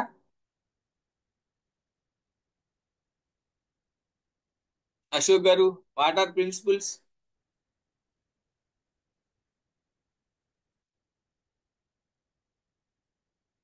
ఎనీవన్, లేకపోతే ఛాన్స్ దీప్తి గారు అంటారు, ఎవరు చెప్పకపోతే నేనే చెప్తాను. ముఖ్యమైన ఆ, విధానాలు పాటించడం. ఏదైనా ఒక బిజినెస్ కానీ లేదంటే కనుక ఒక మేనేజ్మెంట్ లో ముఖ్యమైన విధానాలు మేనేజ్మెంట్ అని కాదు, జనరల్ గా మేనేజ్మెంట్ కి బయట కూడా మన లైఫ్ లో మనకు కొన్ని ప్రిన్సిపల్స్ ఉండాలండి అంటాం కదా మనం. జనరల్ గా అసలు ప్రిన్సిపల్ అన్నమాట. రూల్స్ పెట్టుకుంటాం. ధనంజయ్ లైఫ్ గారు లో చెప్పండి. నేను ఇలా ఉండాలి, నేను ఈ టైంకి తినాలి, ఈ టైంకి ఉండాలి, ఈ టైంకి వాకింగ్కి వెళ్ళాలి, ఈ టైంలో నీ వర్క్ కంప్లీట్ చేసుకొని ఒక సెట్ ఆఫ్ థింగ్స్ ని సెట్ చేసి పెట్టుకొని అది ఫాలో చేయటం అనే దాన్ని ప్రిన్సిపల్స్ గా పెట్టుకుంటారు. జనరల్ గా లైఫ్ లో, బిజినెస్ లో కూడా ఏంటి ప్రాక్టీస్ కూడా అంటే ఈ టార్గెట్ కంప్లీట్ చేయాలి మంత్ లో, పలానా మనిషిని కలవాలి, పలానా మనిషిని టైంలో మీట్ అవ్వాలి, వాళ్ళతో మీటింగ్ కండక్ట్ చేసుకోవాలి, ఈ సెట్ ఆఫ్ థింగ్స్ ని వాళ్ళు సెట్ చేసుకోవాలి, ఈ థింగ్స్ అట్లా. రైట్, గుడ్, బాగా చెప్పారు. చూద్దాం, నేను చెప్తుంది మీరు చెప్తుంది ఎక్కడ కోయిన్సైడ్ అయిందో, ఎక్కడ డిఫరెన్షియేట్ అయిందో చూద్దాం. Ashok garu, you want to add something. Dhananjay చాలా డీటెయిల్ గా చెప్పారు కదా. అవునండి. అంటే సో ప్రిన్సిపల్స్ అంటే సింపుల్ గా చెప్పాలంటే గైడ్ లైన్స్ ఆఫ్ బిహేవియర్. ఆయన చెప్పిందంతా ఒక మాటలో వచ్చింది కదా. మనం ఎలా ఉండాలి, ఎలా ఉండకూడదు, ఏం చేయాలి, ఏం చేయకూడదు అనే దానికి మనం పెట్టుకునే గైడ్ లైన్సే ప్రిన్సిపల్స్, రైట్? సో బిజినెస్ లో ఎలా ఉండాలి, ఎలా ఉండకూడదు అనే దాన్ని గైడ్ లైన్ చేయడానికి, బిజినెస్ సక్సెస్ఫుల్ ఉండడానికి నేను ముందే చెప్పాను మీకు, వ్యక్తిత్వ వికాసంలో మనం మాట్లాడుతున్న అన్ని విషయాలు గత 120 సంవత్సరాలు, 125 సంవత్సరాలు, లేకపోతే 100 సంవత్సరాలు, 1920 తర్వాత, మోస్ట్లీ 1920 తర్వాత మనకి ఎవాల్వ్ అయినవి. బిజినెస్ డెవలప్ అవడం కోసమని, బిజినెస్ మేనేజ్మెంట్ కోసమని 1920 టైంలో సుమారుగా ప్రపంచంలో, అంత ముందు 100 సంవత్సరాల క్రితం, మళ్ళీ ఇప్పుడు మనకి అలాంటి పరిస్థితులు త్వరలో వస్తాయని, మన 2020కి కోవిడ్ వచ్చింది కదా, అవి వచ్చింది తర్వాత వస్తాయని. 1920 టు 1945 చాలా ప్రపంచం అల్లకల్లోలం అయిపోయిన టైం అండి. ఉమ్, అప్పుడు తీవ్రమైన ఆర్థిక సంక్షోభం వచ్చింది. దాన్ని గ్రేట్ డిప్రెషన్ అంటారు. ఇది అప్పుడు ఆ తర్వాత బిజినెస్ బతికించడం కోసమని మొత్తం అప్పటిదాకా ఎలా తోస్తే అలాగే ఏది పడితే అది చేశారు బిజినెస్లు. అప్పటి నుంచి బిజినెస్ మేనేజ్మెంట్ సైన్స్ డెవలప్ అయింది. సో ఆ బిజినెస్ మేనేజ్మెంట్ సైన్స్ డెవలప్ అయిన దాంట్లో ఈ హెన్రీ ఫాయిల్ అనే ఆయన బిజినెస్ కి కొన్ని 14 ప్రిన్సిపల్స్ చెప్పాడు. అది చెప్పే ముందు అసలు ప్రిన్సిపల్స్ లేకపోతే ఏమవుద్ది అది చెప్పండి. ప్రిన్సిపల్స్ లేనాడు బతికేయట్లేదా? ఇందాక అనుకున్నాం కదా. ప్రిన్సిపల్స్ లేకపోతే ఏమవుతుంది అశోక్ గారు? దానికి వాల్యూ ఉండదు సార్. ఏదో ఇవాళ వచ్చింది ఉండదు కానీ రేపు మార్నింగ్ అది అవుట్. అది లైఫ్ రైట్, లాంగ్ ఉండదు, లాంగ్ రన్ ఉండదు. కాదండి. అంటే ప్రిన్సిపల్స్ లేకపోతే బేసిక్ గా జరిగేది అంటే భవిష్యత్తు ఏమవుతుంది, ఎదుటి వాళ్ళకి ఏమవుతుంది అని కాకుండా మామూలుగా నడిచినంత కాలం నడుస్తుంది. కానీ కొంతసేపు అయిన తర్వాత నేను చేస్తుంది రైటేనా కాదా, ఇప్పుడు ఏం చేయాలి అనే మనకి డౌట్ వచ్చినప్పుడు మన గైడ్ చేయడానికి ఏదో ఒక గైడింగ్ రూల్ ఉండాలి. మన ఏదైతే గైడ్ చేస్తుందో, ఇప్పుడు ఒక వ్యక్తిని నేను గౌరవించాలా, గౌరవించకపో. ఫర్ ఎగ్జాంపుల్ బిజినెస్ లో వచ్చే మోస్ట్ కాన్ఫ్లిక్ట్ ఇక్కడ ఉన్న వాళ్ళందరికీ వచ్చి ఉంటుంది. కృష్ణారెడ్డి గారికి, దీప్తి గారికి, ధనంజయ్కి, అశోక్ గారికి, అందరికి, ఈవెన్ బాలకృష్ణకి, ఎవరికి, అందరికీ ఏంటంటే కొన్నిసార్లు కస్టమర్లు కొన్ని రకాలు చాలా మూర్ఖంగా ఉంటారు. బేసిక్ గా ప్రిన్సిపల్ ఏంటి? Customer is the king. Customer ని మనం నొప్పించకూడదు అనేది ఒక రూల్ కదా. కానీ అట్లా అని మూర్ఖంగా కస్టమర్ ఏం చెప్తే అది ఒప్పుకోవాలా? సో మనకి వచ్చే ఫస్ట్ బిజినెస్ లో వచ్చే కాన్ఫ్లిక్ట్ ఏంటి? మనం ఈ కస్టమర్ ని ఓకే చేయాలా, వదులుకోవాలా? కొంచెం రూపాయి తగ్గైనా బేరాన్ని కంప్లీట్ చేయాలా, వదులుకోవాలా అనే కాన్ఫ్లిక్ట్ మనకు వస్తుంది కదా. ఆ కాన్ఫ్లిక్ట్ వచ్చినప్పుడు నువ్వు డెసిషన్ తీసుకోవాలి అంటే దానికి నీకు వెనకాల నువ్వు ఫాలో అవుతున్న బేసిక్ ప్రిన్సిపల్ ఏదో ఉండాలన్నమాట. అప్పుడు నీకు ఆ డెసిషన్ తీసుకోవడం ఈజీ అవుతుంది, లేకపోతే కష్టం అవుతుంది. సో డెఫినెట్ గా మనకి ఇట్లా రోజువారీ అలా ఫర్ ఎగ్జాంపుల్ ఇంకొక మన అందరికి డైలీ లైఫ్ లో ఎదురయ్యే, ఐ మీన్ డైలీ బిజినెస్ లో ఎదురయ్యే ఇంకో కాన్ఫ్లిక్ట్ చెప్తాను. ఏమని? మన దగ్గర ఉన్న మనిషిని, వాడిని కొంచెం మనకు అలవాటు పడిన మనిషి కనుక వాడికి ట్రైనింగ్ ఇచ్చుకుని ఏమైనా తప్పులు ఉంటే సరి చేసుకుని వాడిని కంటిన్యూ చేయాలా, లేకపోతే వీడు మారట్లేదు, వీడు మారడు, మనుషులకు బేసిక్ గా యాటిట్యూడ్ లో తేడా ఉంటే మారరు కనుక వాడిని తీసేయాలా? ఒక సిబ్బందిని కొనసాగించాలా, తీసేయాలా? ఆ ఎంతో కొంత పని చేస్తారని ఇది కూడా చాలా సార్లు మనకి ఒక ఎంప్లాయీని ఫైర్ చేయాలా, ఉంచేయాలా అనే కాన్ఫ్లిక్ట్ కూడా చాలా సార్లు వస్తుంది. సో ఇది పర్టికులర్ ఎంప్లాయీని ఫైర్ చేయాలా, తీసేయాలా అనే డెసిషన్ నువ్వు నీ ప్రిన్సిపల్స్ ఆధారంగా తీసుకుంటావు అనమాట, నీకు తెలియకుండానే. లేకపోతే మన కన్ఫ్యూజన్ లో పడిపోతాం. సో ప్రిన్సిపల్స్ ఎందుకు అవసరం అవుతాయి అంటే ఇలాంటి కాన్ఫ్లిక్ట్లు వచ్చినప్పుడు ఎక్కడ లాభం వదులుకోవాలి, ఎక్కడ క్వాలిటీకి ఇంపార్టెన్స్ ఇవ్వాలి, ఎక్కడ మనం ఒక ఎంప్లాయీని వదులుకోవాలి, ఎక్కడ ఉంచాలి, వీటన్నిటికీ సమాధానము ఇది సరేనా కాదా అని తెలుసుకోవాలి అంటే మనకు దాని వెనకాల కొన్ని ప్రిన్సిపల్స్ ఉండాలి. ఇది బిజినెస్ లో కాదు, డైలీ లైఫ్ లో కూడా ఇలాగే వస్తాయి. బిజినెస్ అంటే మన బిజినెస్ సెట్టింగ్ లో మాట్లాడుతున్నాం కనుక నేను బిజినెస్ ఎగ్జాంపుల్ చెప్తున్నాను. So principles of business management ఇవాళ నేను వాటిని చాలా బ్రీఫ్ గా ఇంట్రడ్యూస్ చేస్తానండి, ఎక్కువ చెప్పను. డివిజన్ ఆఫ్ వర్క్, ఇది చాలా ఇంపార్టెంట్ అండి. నేను చాలా చిన్న సంస్థల్లో 5 మంది 10 మందితో పని చేయించుకునే సంస్థల్లో, చిన్న స్కూల్స్ లో, చిన్న సంస్థల్లో ఇది లేకపోవటం నేను చాలా స్పష్టంగా గమనించాను. డివిజన్ ఆఫ్ వర్క్ అంటే ఎవరు ఏ పని చెయ్యాలి, అందరూ అన్ని పనులకి బాధ్యులు అవ్వకపోతే అందరూ అందరినీ తిట్టుకుంటారు. అలా కాదు, స్పెసిఫిక్ గా ఈ పని వీళ్ళకే బాధ్యులు, పక్కన వాడు అవసరమైతే సహాయం చేస్తాడు, లేకపోతే లేదు అనేది ఖచ్చితంగా ఉండాలి. అది లేకపోతే ఇందాక మనం చెప్పుకున్నాం, మార్కెటింగ్, సేల్స్, ఇవి అన్ని ఒకే పనికి అందరినీ బాధ్యుల్ని చేయకూడదు, అలాగే అన్ని పనులకి ఒకళ్ళనే బాధ్యుల్ని చేయకూడదు. సో డివిజన్ ఆఫ్ వర్క్ కంపల్సరీగా ఉండాలి. డివిజన్ ఆఫ్ వర్క్ ఎలా చేస్తారు? జనరల్ గా ఎలా చేస్తారండి? మనుషులందరికీ అన్ని పనుల్లో టాలెంట్ ఉండదు. సో అందరికీ అన్ని పనుల్లో టాలెంట్ ఉండదు కనుక ఆ మనిషికి ఏ పనిలో టాలెంట్ ఉంది, టాలెంట్ ఒకటి ఉంటే సరిపోద్దండి. ఇంట్రెస్ట్ ఉండాలి. టాలెంట్ ఇంట్రెస్ట్ తో పాటు ప్రాపర్ యాటిట్యూడ్ ఉండాలి. ఇవన్నీ చూసి చేస్తాం. మళ్ళీ దానికి అందుకని డివిజన్ ఆఫ్ వర్క్ ఎలా చేయాలి అనే దాని మీద పెద్ద సబ్జెక్ట్. ఒక వారం మొత్తం 40 minutes క్లాస్ తీసుకోవచ్చు, మళ్ళీ ఎప్పుడైనా చెప్పుకుందాం. కానీ డివిజన్ ఆఫ్ వర్క్ ఉండాలి. ఇది మా ఇంపార్టెంట్. మీ ఆర్గనైజేషన్ మొన్న ఈ మధ్యన నేను ఒక పెద్ద సేల్స్ కోచ్, నేను చెప్పాను కదా యూట్యూబ్ లో మీ అందరికీ చెప్పాలంటే, మీకు చెప్పే ధైర్యం నాకు రావాలంటే యూట్యూబ్ లో నేను చాలా బిజినెస్ వీడియోస్, బిజినెస్ కోచ్లు, ఇంటర్నేషనల్ కోచ్లు చెప్తున్న వీడియోలు వింటున్నాను నేను. వాళ్ళు ఏమని చెప్తారంటే, ముందు నువ్వు టీముని సెట్ చేసుకో. ఎవరికి ఏ పని చెప్పాలో నువ్వు ముందు డిసైడ్ చేయి. టీముని సెట్ చేసుకుంటే నీకు ఆటోమేటిక్ గా పని వస్తుంది. అంతేగాని పని వచ్చినప్పుడు టీం ఎత్తుకుందాం అంటే నీకు ఎప్పటికీ పని రాదు, టీము రాదు అని చెప్పారు వాళ్ళు. మీరు నమ్ముతారో లేదో, వాళ్ళు చెప్పారు, నేను మీకు చెప్తున్నా. నువ్వు ఒక మార్కెటింగ్ మేనేజర్ని పెట్టి నీకు కావాల్సింది తెచ్చుకో, నువ్వు తీసుకురా, నువ్వు ఎందుకు తీసుకురావు, లీడ్స్ తీసుకురావు అంటే వస్తాయి. కానీ నేను అంతా లీడ్స్ 10 మంది లీడ్స్ కనపడిన తర్వాత వాటిని మేనేజ్ చేయడానికి, ఎక్స్టెండ్ చేయడానికి మార్కెటింగ్ మేనేజర్ని పెడతానంటే అప్పుడు అవ్వదు. ఎగ్జాంపుల్ కనుక పర్టికులర్ ప్రాపర్ దానికి ప్రాపర్ మనిషిని ముందు పెట్టేసి టీముని పెట్టి వాడికి పని అప్పచెప్తాను చూడు. అక్కడ నువ్వు మనిషి ఉన్నాడు, నువ్వు వాడికి జీతం ఇస్తున్నావు కనుక వాడికి చచ్చినట్టు పని ఇవ్వాలని ఈ పని మన అశోక్ బాబు గారు చేస్తున్నారు. నువ్వు పని పుట్టించేందుకు ట్రై చేస్తావు. లేకపోతే ఆ మనిషి కనపడకపోతే నువ్వు వాడు ఖాళీగా కూర్చున్నాడు, వాడికి పని ఇవ్వాలని ఆలోచన కూడా నీకు రాదని చెప్పారు. నేను యాజ్ ఇట్ ఈస్ గా మన business management, principles of business management లో అది ఎగ్జాక్ట్ గా మీకు ఇక్కడ క్లాస్ సెట్టింగ్ లో అది వర్తించదు. కానీ నేను అక్కడ విన్న విషయాన్ని మర్చిపోకుండా మీ దగ్గర క్యారీ చేస్తున్నాను అంతే. మీకు ఎంతవరకు వాడుతున్నారో చూడండి. డివిజన్ ఆఫ్ వర్క్ కంపల్సరీగా చిన్న యూనిట్స్ లో చాలా సందర్భాల్లో డివిజన్ ఆఫ్ వర్క్ ఉండటం లేదు. డివిజన్ ఆఫ్ వర్క్ లేకపోవటం అనేది ఎక్స్పాన్షన్ కి పెద్ద అడ్డంకి అవుతుంది. కాన్ఫ్లిక్ట్ వచ్చినప్పుడు పెద్ద కారణం, ప్రాబ్లం అవుతుంది. ఎందుకంటే చివరికి ఎవరు ఏదో మనకి ఇంగ్లీష్ లో సరదా కథ ఉంది, మనకి ఇంగ్లీష్ లో చెప్తే గానీ అర్థం కాదు. ఏమని? ఎనీబడి, సంబడి, నోబడి అని ముగ్గురు ఉన్నారు. There is a work that anybody can do it but nobody did it. Somebody think that anybody think that somebody will do it but nobody did it అని ఉంటుంది. అది అట్లాగా అందరూ చేయగలిగిన పని ఎవరు చేయరు, అందరూ చేయాల్సిన పని ఎవరు చేయరు. కనుక ప్రతి పని దానికి బాధ్యులు ఎవరో, దాన్ని ఎవరు చేస్తారో డిసైడ్ చేయాలి. ఇది డివిజన్ ఆఫ్ వర్క్.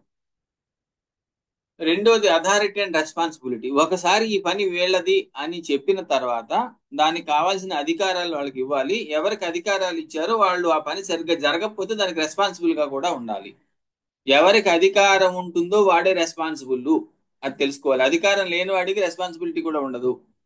రెస్పాన్సిబిలిటీ నువ్వు వలన నీ పని సరిగ్గా జరిగిందా లేదా, రెస్పాన్సిబిలిటీ నీదే అని నువ్వు ఎవరినన్నా అంటున్నావు అంటే వాడు ఆ రెస్పాన్సిబిలిటీ తీసుకోవాలి. అంటే వాడికి తగిన అధికారం నువ్వు ఇచ్చుండాలి ఆ పని సరిగ్గా చేయడానికి. అంతేగాని నువ్వు ఏది చెప్తే తలకాయ ఊపేవాడికి నువ్వు వాడిని పెట్టుకుంటే వాడు కేవలం ఒక టూల్ మాత్రమే, అప్పుడు రెస్పాన్సిబిలిటీ నీదే అవుతుంది.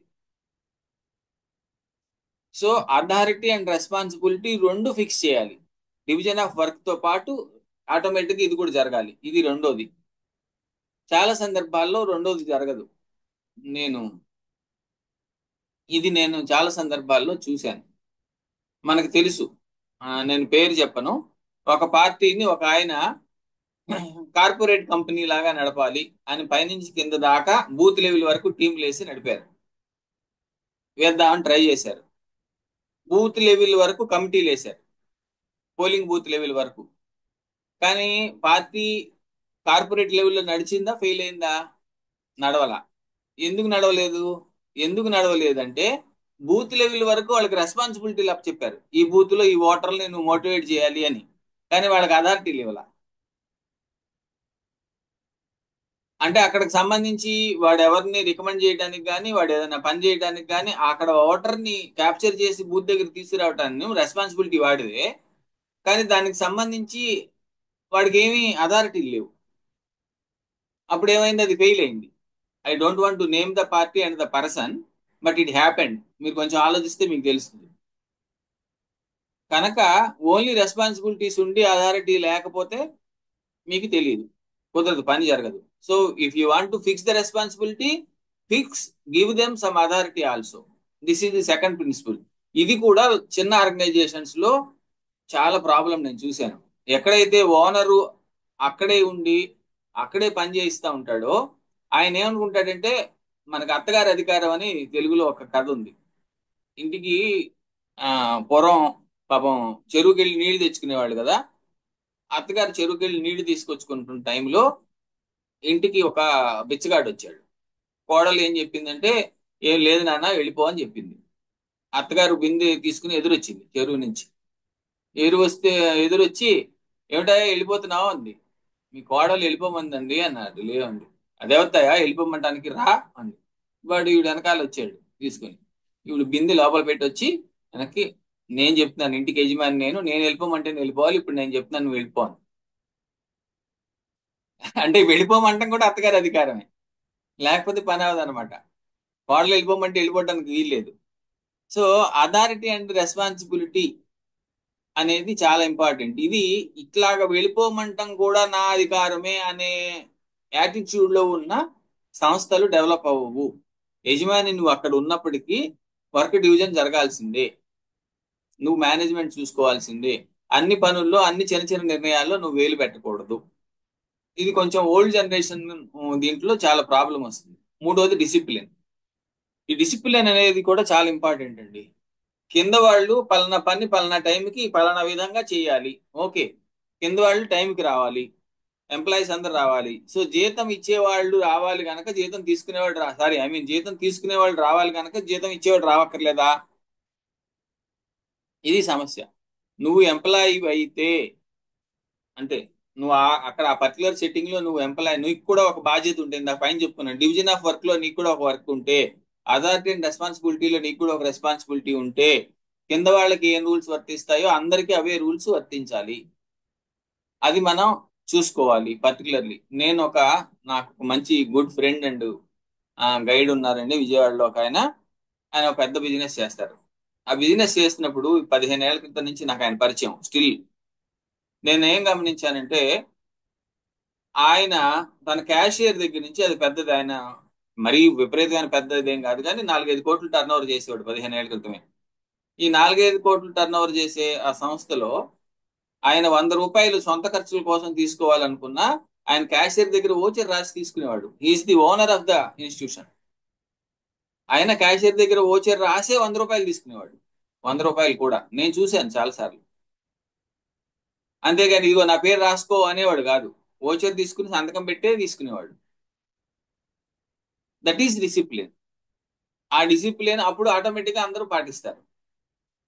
అండ్ యూనిటీ ఆఫ్ కమాండ్, ఇది చాలా ఇంపార్టెంట్ అండి. ఇది కొంచెం కష్టమైన విషయం కానీ ఇంపార్టెంట్ విషయం. అంటే ఏమవుతుందంటే, ఒక మనిషికి ఒకళ్ళే పని చెప్పాలి అని, ఒకళ్ళ కింద వాళ్ళతో హైరార్కీ పెరిగినప్పుడు ఈ ప్రాబ్లం వస్తుంది అనమాట. ఏమవుతుందంటే, ఇద్దరు పని చెప్తున్నారు అనుకోండి, వాడు ఆ పని చేయమంటారు, వీళ్ళు ఈ పని చేయమంటారు. పైన కింద ఒక బంట్రోతో కింద ఇంకొకళ్ళు ఎవరో ఉన్నారు, లోయర్ లెవెల్ ఎంప్లాయీకి పైన ఉన్న హైయర్ లెవెల్ ఇద్దరు సూపర్వైజర్లు 2 పనులు చెప్పారనుకోండి. ఆ 2 పనులు చెబితే ఎవరు పని చేయగలుగుతాడో ఆయన ఒకసారి ఒక పని చేయగలుగుతాడు కదా. ఎవరిది ముందు చేయాలి, ఎవరి తర్వాత చేయాలి, కాన్ఫ్లిక్ట్ లో 2 పనులు చెడగొడతాడు, 2 పనులు చేయకుండా పోతుంది. ఇవన్నీ జరుగుతాయి. కనుక మీరు చూస్తే, అబ్జర్వ్ చేస్తే పెద్ద పెద్ద ఆఫీసుల్లో, కార్పొరేట్ ఆఫీసుల్లో వాటిల్లో కూడా ఆయన అంటే ప్యూను, బంట్రోతు, వాటెవర్ అటెండరు, మీరు ఏదైనా పేరు పెట్టండి, అతను ఎవరున్నాడో అతను ఆఫీసర్కే లింక్ చేయబడి ఉంటాడు. ఆఫీసర్ చెప్పిన పనే చేస్తాడు. ఆఫీసర్ ఆఫీసులో ఉన్నంత సేపు, ఫిజికల్ గా ప్రెజెంట్ ఉన్నంత సేపు. ఆఫీసర్ ఫిజికల్ గా ప్రెజెంట్ లేకపోతే నెక్స్ట్ లెవెల్ ఎంప్లాయీ ఎవరుంటే వాళ్ళు చెప్పిన పనే ముందు చేస్తాడు. వాళ్ళు ఏమి పని చెప్పకుండా ఖాళీగా ఉంటే ఆ తర్వాత లెవెల్ వాళ్ళు ఎవరన్నా పని చెబితే అప్పుడు సార్ ఆయన చెప్పాడు సార్ పని వెళ్ళొస్తాను అని ఎవరికి రెస్పాన్సిబుల్ వాళ్ళకి చెప్పి, ఎవరి కమాండ్ కింద తను ఉన్నాడో అప్పుడే వెళ్తాడు పనికి బయటికి. ఇది మీరు కొన్ని ఆఫీసుల్లో గమనించి ఉంటారు. ఈ సిస్టమ్ లేని ఆఫీసుల్లో పని దెబ్బతింటుంది. ఇది ఓన్లీ మనం బంట్రోత్ గురించే చూస్తున్నాం, ప్యూన్ గురించే చూస్తున్నాం కాదు. కింద లెవెల్ ఎంప్లాయీస్ తో పని చేసుకునేటప్పుడు ఈ యూనిటీ ఆఫ్ కమాండ్ లేకపోతే ప్రాబ్లం వస్తుంది. మళ్ళీ దీని గురించి యూనిటీ ఆఫ్ కమాండ్ కి వచ్చే అడ్డంకులు ఏంటి, దానివల్ల వచ్చే ప్రాబ్లమ్స్ ఏంటి, యూనిటీ ఆఫ్ కమాండ్ ఎట్లా సాధించాలి, ఈ విషయాలు మళ్ళీ ఎప్పుడైనా డీటెయిల్ గా మాట్లాడుకుందాం. దేనికదే పెద్ద subjects. And unity of direction. Unity of direction అంటే మొన్న ఒక కథ చెప్పాను, మీకు గుర్తుంటుంది. కోఆపరేషన్ అని, అందరూ ఒకే పర్పస్ లో పని చేయాలి ఆ అనేది యూనిటీ ఆఫ్ డైరెక్షన్. 10 మంది 10 రకాల పనులు చేస్తున్నప్పటికీ వాటన్నిటి ఫైనల్ పర్పస్, ఫైనల్ గోల్ ఒకటే ఉండాలి అని. అట్లాగే మెసేజెస్ కానీ, ఇన్ఫర్మేషన్ కానీ, లేకపోతే ఇంకొకటి కానీ, అది పైనుంచి కిందక, కింద నుంచి పైక డెసిషన్ మేకింగ్ కానీ, ఇవన్నీ ఒకే పద్ధతిలో జరగాలి. దాన్ని యూనిటీ ఆఫ్ డైరెక్షన్ అంటారు. సో మళ్ళీ ఎప్పుడైనా అవకాశం వచ్చినప్పుడు దీని గురించి మరింత డీటెయిల్ గా మాట్లాడుకుందాం. ఇది చాలా ఇంపార్టెంట్ అండి. ఆరోది, ఈ ఇంపార్టెంట్ విషయాన్ని సబార్డినేషన్ ఆఫ్ ఇండివిజువల్ ఇంట్రెస్ట్ అంటే, దీని గురించి మహాభారతంలో చాలా పెద్ద విషయం ఉందండి. మహాభారతంలో ఉన్న 2 గొప్ప విషయాల్లో ఇది మహాభారతంలో ఉన్న గొప్ప విషయం ఏంటంటే, ఏది ధర్మము అని చెప్పినప్పుడు ఒక పెద్ద గొప్ప మాట చెప్తారు. ఏమని చెప్తారంటే, ఉమ్, ఒక వ్యక్తి తను కుటుంబం యొక్క ఇంట్రెస్ట్ కోసం, కుటుంబం యొక్క ప్రయోజనం కోసం వ్యక్తి యొక్క ప్రయోజనాన్ని పక్కన పెట్టాలి. కుటుంబం యొక్క ప్రయోజనం కోసం అవసరమైతే వ్యక్తిని త్యాగం చేయాలి. అలాగే కులం యొక్క ప్రయోజనం కోసం, కులము అంటే ఒక సమూహం కలిసి, కాలనీ అనుకోండి, యూనియన్ అనుకోండి. ఇప్పుడు మనందరం జేకామ్లో జేసీఐలో ఉంటే మనందరం ఒక కులం, ఇంపాక్ట్ లో ఉంటే మనందరం ఒక కులం. ఇలా అక్కడ ఆ కాంటెస్ట్ తీసుకోండి. కులం యొక్క ప్రయోజనం కోసం కుటుంబం యొక్క ప్రయోజనాన్ని పక్కన పెట్టాలి, లేదా అవసరమైతే కుటుంబాన్ని త్యాగం చేయాలి. ఎప్పుడు అంటే కులం అంటే కొన్ని వందల వేల కుటుంబాల యొక్క సమూహం కనుక, దానికోసం అవసరమైతే మనం ఒక కుటుంబం యొక్క ప్రయోజనాన్ని పక్కన పెట్టాలి, త్యాగం చేయాలి. అలాగే ఊరి యొక్క ప్రయోజనం కోసం అవసరమైతే ఒక కులం యొక్క ప్రయోజనాన్ని పక్కన పెట్టాలి, ఒక కులాన్ని ప్రయోజనాన్ని త్యాగం చేయాలి. కులం మొత్తాన్ని ఇది చేయాలని కాదు. ఎప్పుడు ఊరి యొక్క ప్రయోజనం కోసం, ఊరి మొత్తం. దేశం యొక్క ప్రయోజనం కోసం అవసరమైతే ఒక ఊరి యొక్క ప్రయోజనాన్ని పక్కన పెట్టాలి, దాన్ని చేయాలి అని.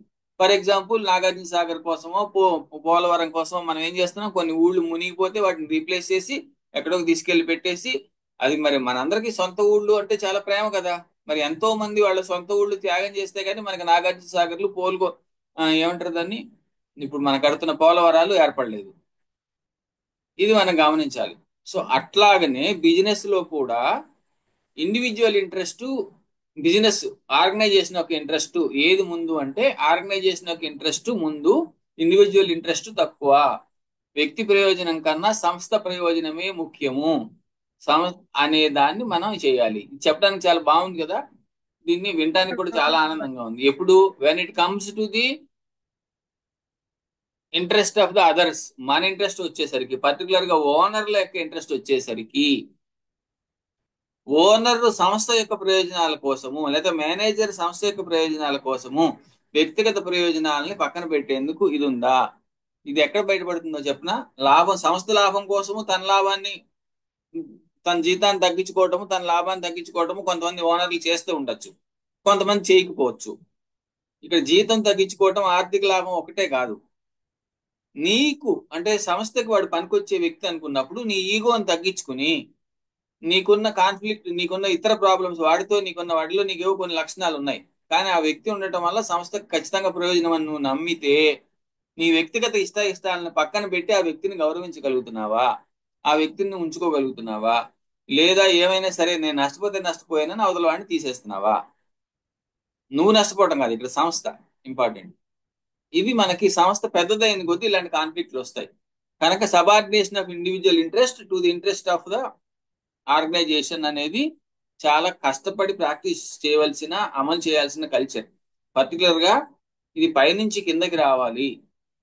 మేనేజర్స్, ఉన్నత స్థాయి ఉద్యోగులు అమలు చేస్తుంటేనే కింద స్థాయి వస్తుంది. కింద స్థాయి ఉద్యోగుల్ని వాడు ఏం చేస్తాడు, వాడు చచ్చినట్టు వాడి ఇంట్రెస్ట్ అన్ని పక్కన పెట్టే పని చేస్తాడు. వాడికి మనం ఏం చెప్పక్కర్లేదు, దాన్ని వాడికి తెలుసు. నా ఇంట్రెస్ట్ కన్నా కంపెనీ ఇంట్రెస్ట్ ఇంపార్టెంట్ అని కింద స్థాయి ఉద్యోగులందరికీ తెలుసు. ప్రెసిడెంట్, వైస్ ప్రెసిడెంట్ అంటే పెద్ద కంపెనీల్లో ప్రెసిడెంట్, వైస్ ప్రెసిడెంట్స్ అని పోస్టులు ఉంటాయి. మేనేజరు, ఆ పోస్టులు వచ్చిన కాడి నుంచే ఇక్కడ ప్రాబ్లం వస్తుంది ఓనర్స్ దగ్గరికి వచ్చేసరికి. సో పెద్ద కంపెనీలు మనం పెట్టాలనుకుంటే ఈ కల్చర్ మన కింద నుంచి అలవాటు చేసుకోవాలి. సో ఫెయిర్ కాంపన్సేషన్ రెండు రకాలండి. ఫెయిర్ కాంపన్సేషన్ అంటే అంటే చేస్తున్న పనికి తగిన వేతనం వాడు సాటిస్ఫై అయ్యేటట్టు ఇవ్వాలి. తగిన వేతనం కాదా ఎవరు డిసైడ్ చేస్తారు? మార్కెట్ డిసైడ్ చేస్తుంది. మార్కెట్ లో సేమ్ జాబ్ కి ఎలాంటి జీతం ఇస్తున్నారు, ఎలాంటి కాంపన్సేషన్స్ ఇస్తున్నారు చూడటం ఒక మార్గం. ఇది ఒకటి. సో మార్కెట్ లో తెలివైన ఓనర్ ఎప్పుడైనా మార్కెట్ లో ఉన్న దానికన్నా ఒక పైసాన్ని ఎక్కువ ఇచ్చేదానికి ట్రై చేస్తాడు తన వాళ్ళకి ప్రయోజనం. అన్నిటికన్నా తేలిక డబ్బులు ఎక్కువ రూపాయి ఎక్కువ ఇచ్చి టెంప్ట్ చేయటం. ఆ టెంప్ట్ చేయటం అనేది పక్కన మన కాంపిటీటర్ మన ఎంప్లాయీస్ ని ఒక రూపాయి ఎక్కువ ఇచ్చి టెంప్ట్ చేసే పరిస్థితిలో నువ్వు ఉంచుకోకూడదు. అది తెలివిగల ఓనర్ చేసే పరిస్థితి పని ఎప్పుడైనా సరే. ఇది మొదటిది. రెండోది ఏంటి అంటే ఫెయిర్ కాంపన్సేషన్ అంటే నలుగురు ఎంప్లాయీస్ పనిచేస్తున్నారు, కేవలం అటెండెన్స్ చూసి అందరికి సమానమైన జీతం ఇస్తే ఒకడు బాగా పనిచేసేవాడు ఉంటాడు, ఒకడు బాగా పనిచేయని ఉంటాడు, ఒకడు కష్టపడి పనిచేసేవాడు ఉంటాడు, ఒకడు బద్దకస్తుడు ఉంటాడు. ఏదో తేడా ఉంటుంది. కనుక నేను కష్టపడి పనిచేస్తే నాకు సరైన జీతం వస్తుంది, నాకు న్యాయం జరుగుతుంది, నా జీతం పెరుగుతుంది, నాకు ఏదో ఇన్సెంటివ్ వస్తుంది అనే నమ్మకం వాళ్ళకి కలిగించగలగాలి. అది కూడా fair compensation. So fair compensation లో రెండు రకాలు ఉన్నాయి. మార్కెట్ తో పోల్చితే నాకు న్యాయం జరుగుతుంది అని నమ్మకం కలిగించడం మొదటి భాగం. రెండో భాగం నేను ఎక్కువ కష్టపడితే నాకు ఎక్కువ జీతం వస్తుంది అని నమ్మకం కలిగించడం రెండో భాగం. Business is managing people, managing వాళ్ళ జనాలతో పని చేయించుకోవటము. సో పని చేయించుకోవాలి అంటే ఇక్కడ ఇది ఫస్ట్ ఇందాక రెండు చెప్పాము. ఇవన్నీ మనుషులతో పని చేయించుకునేందుకు వాడే రూల్స్ ఏనండి. మనుషులతో మీకు మీ ఎంప్లాయీస్ తో ప్రాబ్లమ్స్ వస్తున్నాయి అంటే ఇవన్నీ ఎక్కడ కస్టమర్ గురించి మాట్లాడట్లేదు, మీరు గమనించండి. We are not talking about the customer. Sales ఎలా పెంచుకోవాలి, కస్టమర్ తో నెగోషియేషన్ ఎట్లా చేయాలి, ఇవేం చెప్పట్లేదు మనం. మన దగ్గర ఉన్న ఎంప్లాయీస్ మనతో హ్యాపీగా ఎట్లా పని చేయాలి, ఇది మన సంస్థ అనుకుని ఎట్లా పని చేయాలి అంటే ఈ 7 ప్రిన్సిపల్స్ చెప్పాం. ఇంకో 7 కూడా ఉన్నాయి. Get ready. So business principles of management: centralization and decentralization. నిర్ణయాలు తీసుకోవటం కానివ్వండి, పని చేయటం కానివ్వండి. పర్టికులర్ గా నిర్ణయాల విషయంలో కొన్ని నిర్ణయాలు పైనుంచి కిందకి రావాలి, దాన్ని సెంట్రలైజేషన్ అంటాం. కొన్ని నిర్ణయాలు కింద నుంచి పైకి రావాలి, దాన్ని డీసెంట్రలైజేషన్ అంటాం. ఇవి మనకి తెలియాలి. ఏ నిర్ణయాలు కింద నుంచి పైకి రావాలి, ఏ నిర్ణయాలు పైనుంచి కిందకి రావాలి అనేది చూసుకోవాలి. ఎవరి జీతాలు వాళ్ళు డిసైడ్ చేసుకోండి అని కింద నుంచి డీసెంట్రలైజేషన్ అని ఇచ్చామనుకోండి, కుదురుతుందా? కుదరదు. కానీ కావాలంటే వారంలో ఒక రోజు సెలవా, మీరు ఎవరికి వీక్లీ ఆఫ్లు కావాలో, ఎవరికి ఎప్పుడు వీక్లీ ఆఫ్లు కావాలో మీరు నిర్ణయం చేసుకోండి అని కిందకి ఇవ్వచ్చు. సో కనుకేంటి, వారానికి ఒక వీక్లీ ఆఫ్ ఉంటుంది అనేది ఎవరు డిసైడ్ చేశారు? పైన సెంట్రలైజేషన్ కమాండ్ డిసైడ్ చేసింది. ఎవరు ఎప్పుడు సెలవు తీసుకోవాలి ఎవరు డిసైడ్ చేస్తున్నారు? డీసెంట్రలైజేషన్. కిందకి ఎవరికి వాళ్ళు ఆ గ్రూప్ లో ఆ టీంలో అందరూ ఒకరోజు సెలవు తీసుకోకూడదు కదా. సో టీంలో 5 ఉన్నారు, 5లో 4 మినిమం అటెండెన్స్ ఉండాలి, మిగిలిన వాళ్ళు సెలవు తీసుకోవచ్చు. రైట్. సో మీరు 5 కలిసి ఎవరెప్పుడు సెలవు తీసుకుంటారో మీరు డిసైడ్ చేసుకోండి. అది డీసెంట్రలైజేషన్. కానీ వారానికి ఒక సెలవు తీసుకోవాలి, టీంలో మినిమం 4 పనిచేస్తూ ఉండాలి అనేది డిసిషన్ ఎవరు తీసుకున్నారో అది సెంట్రలైజేషన్. ఇట్లా ఇది ఒక ఎగ్జాంపుల్. సో ఇట్లా ఎగ్జాంపుల్ తో మీరు ఆ పనిని ప్రతి పనిలోనూ centralisation part decentralisation part balance చేసుకుంటేనే అక్కడ ఉన్న మనుషులు హ్యాపీగా పనిచేయగలుగుతారు, మీకు పని కాన్ఫ్లిక్ట్ రాకుండా జరుగుతుంది. దీన్ని మనం బిజినెస్ లో ప్రాక్టీస్ చేయాలి. This is one of those principles. So clear chain of command ఇందాక చెప్పాను. ఎవరి పైన ఎవరు ఆఫీసరు, ఎవరి కింద ఎవరు, వరుస పైనుంచి కిందకి టాప్ బాస్ నుంచి కింద ఆఖరి ఇల్లు రూమ్ ఊడ్చే పనివాడు వరకు ఎవరి కమాండ్ ఇందాక చెప్పాను. యూనిటీ ఆఫ్ కమాండ్ అని చెప్పాను కదా. యూనిటీ ఆఫ్ కమాండ్ కి ఇది నెక్స్ట్ లెవెల్. ఇది ఖచ్చితంగా ఉండాలి. ఎవరికి రెస్పాన్సిబుల్, ఎవరు పడితే వాళ్ళు ఎవరిని పడితే వాళ్ళని అడగకూడదు పని. దీన్ని మనం ఏం చేస్తున్నాము, మామూలు ఇతర బిజినెస్ లో కాకుండా బయట మాట్లాడితే ఏమంటాం, మన జేసీఐలో ఆర్గనైజేషన్స్ లో బయట గవర్నమెంట్ లో మాట్లాడితే దీన్ని ప్రోటోకాల్ అంటాం. ప్రోటోకాల్ అంటే అది దీన్ని ఇది కూడా క్లియర్ చైన్ ఆఫ్ కమాండ్ అన్న ప్రోటోకాల్ అన్న రెండు ఒకటే. బిజినెస్ లో అయితే మనం చైన్ ఆఫ్ కమాండ్ అని వాడతాము, మిలిటరీలో కూడా చైన్ ఆఫ్ కమాండ్ అని వాడతారు, బయట రాజకీయాల్లోనూ అట్లాంటి చోట ప్రోటోకాల్ అని వాడతారు. ఇది కొంచెం గమనించుకోవాలి. అది ఉన్నప్పుడు ఏంటంటే క్లారిటీ ఉంటుంది.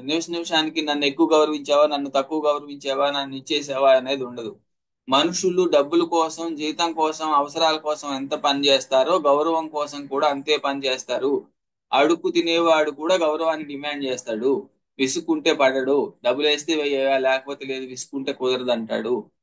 కనుక unity of chain of command ఉన్నప్పుడు, సెంట్రలైజేషన్ అండ్ డీసెంట్రలైజేషన్ ఉన్నప్పుడు ఈ బిజినెస్ ప్రిన్సిపల్స్ అన్ని మీరు చూడండి. ఆ మనిషిని హ్యాపీగా ఉంచుతూ పని చేయించుకునేందుకు మనం వాడాల్సిన ప్రిన్సిపల్స్. ఇది మనం గమనించాలి. సో ఆర్డర్, ప్రతి వస్తువు ఎవరికి ఇష్టం వచ్చిన చోట వాళ్ళు ఉండటం కాదు. దీంట్లో చాలా పెద్ద సబ్జెక్ట్ ఉందండి. ఆర్డరు, ది ప్లేసు, ప్రియారిటీ అనే దాంట్లో ఏ వస్తువు ఎక్కడ ఉంచాలి అనే దాని మీద పెద్ద సైంటిఫిక్ మేనేజ్మెంట్ ప్రిన్సిపల్స్ అన్ని ఇక్కడే ఉన్నాయండి. ఇప్పుడు నేను మాట్లాడుతున్న ప్రిన్సిపల్స్ ఆఫ్ మేనేజ్మెంట్ ని అడ్మినిస్ట్రేషన్ ప్రిన్సిపల్స్ ఆఫ్ మేనేజ్మెంట్ అంటారు. వీటిని హెన్రీ ఫాయిల్ రాశాడు. మీరు దీని గురించి వెతుకోవచ్చు. యూట్యూబ్ లో చాలా వీడియోలు ఉన్నాయి. నేను తెలుగులో నాకు సాధ్యమైనంత మన మన లోకల్ ఎగ్జాంపుల్స్ తో చెప్పేదానికి ప్రయత్నం చేస్తున్నాను. కానీ హెన్రీ ఫాయిల్స్ మేనేజ్మెంట్ ప్రిన్సిపల్స్ అంటే మీరు మిగిలిన వాటిలో కూడా చెక్ చేసుకోవచ్చు. ఇక్కడ ఆర్డర్ అంటేనండి ఏ ప్లేస్ ఎక్కడ ఉండాలి, ఏ వస్తువు ఎక్కడ ఉండాలి, ఎవరి సీట్ ఎక్కడ ఉండాలి, ఇవన్నీ డిసైడ్ చేయటం. దీని మీద పెద్ద సబ్జెక్ట్ ఉందండి. జపాన్ లో తర్వాత అంటే హెన్రీ ఫాయిల్ తర్వాత ఈ మధ్య కాలంలో గత 25-30 ఏళ్లలో ఇదైంది. దాన్ని 5 A's ప్రిన్సిపల్ అంటారు. దాని గురించి మనం డీటెయిల్ గా మళ్ళీ ఎప్పుడైనా చెప్పుకుందాం. సో ఇది ఫిక్స్డ్ ఉండాలి. ఏది పడితే ఎక్కడ పడితే ఎక్కడ, ఏది పడితే అది పారేస్తే పరిస్థితి ఉండకూడదు. దీని వెనకాల చాలా పెద్ద సైన్స్ ఉంది, చాలా ఇది ఉంది. ఆఖరికి సాఫ్ట్వేర్ లో కూడా మనం మాట్లాడితే ఏ ఫోల్డర్ లో ఏది పెట్టాలి, ఏ డ్రైవ్ లో ఏది పెట్టాలి ముందే ఫిక్స్ చేసి ఉండాలి. ఎవరు పెట్టినా ఆ వస్తువుని అక్కడే పెట్టాలి, ఎవరు తీసినా ఆ వస్తువుని అక్కడి నుంచే తీయాలి. ఇది మనం అలవాటు చేయాలి. సో ఆర్డరు, అక్కడ ఇందాక మనం మాట్లాడుకున్న డిసిప్లిన్ ఒక రకంగా. డిసిప్లిన్ అనేది సైకాలజీ, పనికి సంబంధించిన విషయం. ఆర్డర్ అనేది ఫిజికల్, వస్తువులు వాటికి సంబంధించిన విషయం. కానీ రెండు ఒకదానికి ఒకటి రిలేటెడ్. అండ్ ఈక్విటీ ఇందాక చెప్పాం. అంటే సమానం, మనుషులందరూ సమానమే. వాడికి పనికి తగ్గట్టు, వాడు తీసుకునే రిస్క్ తగ్గట్టు, వాడికి తగిన రెస్పాన్సిబిలిటీకి తగినట్టు వాడికి అధికారాలు, డబ్బులు ఇవ్వబడతాయి. అది equity. Rule is rule for all అంటాం కదా కామన్ గా. ఈ rule is rule for all అనేది మనం ఏమనుకున్నాం, వాళ్ళు చేస్తున్న పనికి తగినట్టు, వాళ్ళు తీసుకున్న రెస్పాన్సిబిలిటీస్ కి తగినట్టునే వాళ్ళకి అధికారాలు ఉంటాయి. ఆ రెస్పాన్సిబిలిటీస్ లో రిస్క్ ఉంటుంది కదా కింద వాళ్ళతో. అంటే 10 మందితో వాడి పని వాడు చేసుకునే వాడికి ఒక జీతం, కింద 5గురితో పని చేయించే వాడికి ఒక జీతం, కింద 10 మందితో పని చేయించే వాడికి ఒక జీతం, 20 మందితో పని చేయించే వాడికి ఒక జీతం. ఎందుకని వాడు 20 మంది రెస్పాన్సిబిలిటీ తీసుకుంటున్నాడు. ఒక మనిషి పని చేసేవాడు వాడి రెస్పాన్సిబిలిటీ వాడే తీసుకుంటాడు దానికి తగినట్టు. సో అంటే రెస్పాన్సిబిలిటీతో పాటు రిస్క్ పెరుగుతుంది, రిస్క్ తో పాటు రివార్డ్ పెరుగుతుంది అనమాట. RRR formula. సో ఇది మనం చేయాలి. అట్లాగే rule is rule for all. Rule ఈ బ్యాలెన్స్డ్ గా ఉండాలి. ఇది చూసుకుని పాటించగలగటం ఈక్విటీ. అండ్ స్టెబిలిటీ, ఇది చాలా ఇంపార్టెంట్ అండి. స్టెబిలిటీ అంటే ఏంటంటే ఎంప్లాయీకి ఏదో ఒక బేసిక్ రూల్స్. అంటే ఇది నేను రోజు టైంకి వస్తే, నాకు అప్పచెప్పిన పని చేస్తే, నేను మా ఆఫీసర్తో తిట్లు తినకుండా ఉంటే నా ఉద్యోగం ఎక్కడికి పోదు. స్టెబిలిటీ అంటే తిని కూర్చుంటే స్టెబిలిటీ అని కాదు. పర్టికులర్ బేసిక్ గా కొన్ని రూల్స్ అండ్ రెగ్యులేషన్స్ మనం పాటించినప్పుడు, మనం కొన్ని సెట్ ఆఫ్ రూల్స్ కి మనం లోబడి ఉన్నప్పుడు నా ఉద్యోగం స్టేబుల్ గా ఉంటుంది, నాకు నెల జీతం గ్యారంటీగా వస్తుంది, నా పెళ్ళాం పిల్లలకి నాకు అట్లాంటి ప్రాబ్లము రాదు అనే ఒక నమ్మకం మనం వర్కర్ కి కలిగించినప్పుడే, ఎంప్లాయీకి కలిగించినప్పుడే వాడు మనస్ఫూర్తిగా పని మీద దృష్టి పెట్టి చేస్తాడు. ఈ ఎప్పుడు పోతుందో ఉద్యోగము అనే ఇది ఉన్నప్పుడు వాడు పని చేయడు. కనుక ఎంప్లాయీకి ఆ స్టెబిలిటీ, సెక్యూరిటీ మనం కల్పించాలి. ఐ మీన్ సెక్యూరిటీ కల్పిస్తే సైకలాజికల్ గా స్టెబిలిటీ వస్తుంది. రైట్. అండ్ ఇనిషియేటివ్, ఇది చాలా కష్టం అండి. చాలా వాటిల్లో, చాలా ఆర్గనైజేషన్ లో, బేసిక్ ఆర్గనైజేషన్ లో ఇది ఉండదు. ఇనిషియేటివ్ అంటే ఎంప్లాయీ తనంతన తాను, తెలుగులో దీనికి ఒక మాట ఉందండి, చక్కటి మాట, చొరవ అని. ఈ మధ్యకాలంలో ఎవరు వినట్లేదేమో. ఎంప్లాయీ తనంతన తను చొరవ తీసుకునే పరిస్థితి మేనేజ్మెంట్ కల్పించాలి. చొరవ దేనికి తీసుకోవాలి? సంస్థలో ఆల్రెడీ చేస్తున్న పనిని ఇంకొంచెం బెటర్ గా చేసేందుకు. ఈ సంస్థ నాది అనుకుని దానికి కావాల్సిన, సార్ ఇక్కడ ఈ తప్పు ఉంది సార్, దీన్ని సరి చేస్తే మనకు బాగుంటుంది సార్, లేదా ఆ కస్టమర్ ఉన్నాడు సార్, దాన్ని ఇలా చేస్తే బాగుంటుంది సార్, ఈ ప్రొడక్ట్ ఉంది సార్, ఇలా చేస్తే బాగుంటుంది సార్ అని కింద స్థాయి ఎంప్లాయీ తన అభిప్రాయాలని ఒక మీటింగ్ లో కానీ, ఒక పై స్థాయి ఎంప్లాయీకి కానీ చెప్పేందుకు చొరవ తీసుకోవాలి. అలా చొరవ తీసుకునే పరిస్థితి మనం కల్పించాలి. అది ఇనిషియేటివ్. అలా చొరవ తీసుకునే వాళ్ళని అభినందించాలి. ఊరుకో, నీకెందుకు, మాకు మాత్రం తెలీదా అని మాట అనకూడదు. నువ్వు వాడి సలహాన్ని పాటించకపో, that is a different issue. కానీ వాడు చెప్పినప్పుడు విసుకోకూడదు. This basic rule. వినాలి ఆసక్తిగా. So this is initiative. ఇది చాలా కష్టం అని ముందే చెప్పాను. ఇది చాలా అప్రమత్తంగా ఉండి ప్రాక్టీస్ చేయాలి. అండ్ ఫైనల్లీ టీమ్ స్పిరిట్ పైన అన్ని ఉంటే, ఇందాక నేను చెప్పాను ఇనిషియేటివ్ ఉంటే, మనం అందరము ఒకటి. టీం అంటే ఏంటో మనం చెప్పుకున్నాం కదా, together every one achieves more. మన అందరం కలిసి ఉంటే మన సంస్థ పెరుగుతుంది, మనం పెరుగుతాం, మన లాభాలు పెరుగుతాయి, నా కుటుంబానికి స్టెబిలిటీ ఉంటుంది, నా పిల్లల్ని బాగా చదివించుకోగలుగుతాను, హ్యాపీగా రిటైర్ అవుతాను అనే ఫీలింగ్ అందరిలో కల్పించినప్పుడు టీమ్ స్పిరిట్ వస్తుంది. ఆ టీమ్ స్పిరిట్ వచ్చేలాగా మనం చూసుకోవాలి. అది మన మేనేజ్మెంట్ లో పార్ట్ అవ్వాలి. So these are the basic principles of management అండి. వీటి గురించి మళ్ళీ మనం డీటెయిల్ గా చెప్పుకుందాం. This is only introduction. So thank you. Actual గా 50 మినిట్స్ పైన పట్టింది చెప్తాను. So hand over to chairman గారు.